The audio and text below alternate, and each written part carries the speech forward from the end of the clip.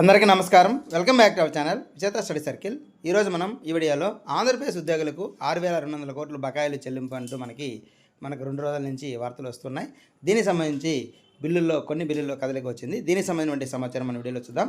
అంతకంటే ముందుగా మన ఛానల్లో ఉద్యోగులు మరియు పెన్షన్లకు సంబంధించిన జీతాలు, పెన్షన్లు, డిఏలు, పిఆర్సీ, సర్వీస్ మ్యాటర్ సంబంధించిన ప్రతి అంశాన్ని వివరిస్తూ విశ్లేషణ చేస్తూ 100% ఖచ్చితమైన తాజా సమాచారంతో వీడియో చేయడం జరుగుతుంది. అలాంటి వీడియోస్ కావాలనుకుంటే మన ఛానల్ సబ్స్క్రైబ్ చేసుకొని ఫాలో అవ్వండి. ఈ ఆలస్యం చేయకుండా మన వీడియోలోకి వెళ్దాం. దాదాపుగా 6,200 కోట్లు ఉద్యోగుల బకాయిలు చెల్లించడానికి ప్రభుత్వం కేటాయించడం జరిగింది. అయితే అందులో భాగంగా ఈ పిఎఫ్, సిపిఎస్, ఏపీజేఎల్ వాటికి ఇస్తారని చెప్పారు.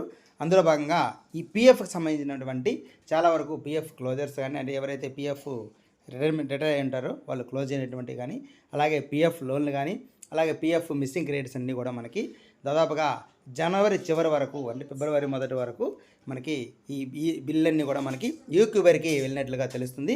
ఈ ఈక్యూబర్కి వెళ్ళిన బిల్లులన్నీ కూడా మనకి ఈ బ్యాచ్ నెంబర్స్ అలాట్ అవుతాయి. బ్యాచ్ నెంబర్స్ అలాట్ అయిన తర్వాత మనకి బిల్ సక్సెస్ అని వచ్చి ఆ బిల్కి అమౌంట్ అనేది వారి అకౌంట్కి జమ కావడం జరుగుతుంది. అయితే మనకి ఈరోజు రాత్రికి దాదాపుగా ఈ అన్నీ కూడా ఈక్యూబర్కి వెళ్ళే అవకాశం ఉంది. అయితే బ్యాచ్ నెంబర్స్ అలాట్ అవుతాయా లేదనేది ఒకసారి చూడాలి.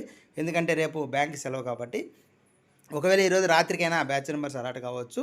అయితే ఒకవేళ మిస్ అయినా సరే ఈరోజు రాత్రికి దాదాపుగా బిల్లు అన్నీ మనకి ఈక్యూబర్కి వెళ్ళినట్లయితే రేపు ఆదివారం కాబట్టి ఎటువంటి కదలిక ఉండకపోవచ్చు. ఒకవేళ కదలిక వచ్చి బ్యాచ్ నెంబర్స్ అలాట్ అయినా సరే మనకి ఆదివారం జమ కావు.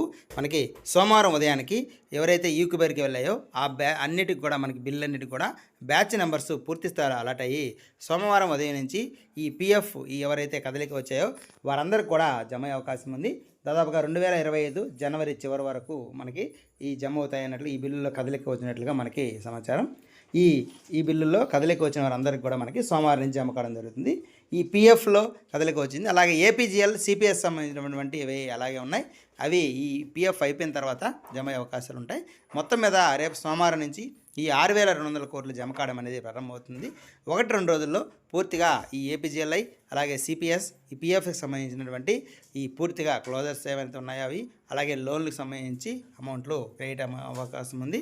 అలాగే మిస్సింగ్ క్రెడిట్స్ కూడా అయ్యే అవకాశం ఉంది. దాదాపుగా మనకి జనవరి 2025 వరకు ఈ బిల్లులన్నీ కూడా క్లియర్ అయ్యేదానికి అవకాశం ఉంది. ఇది దీనికి సంబంధించిన సమాచారం.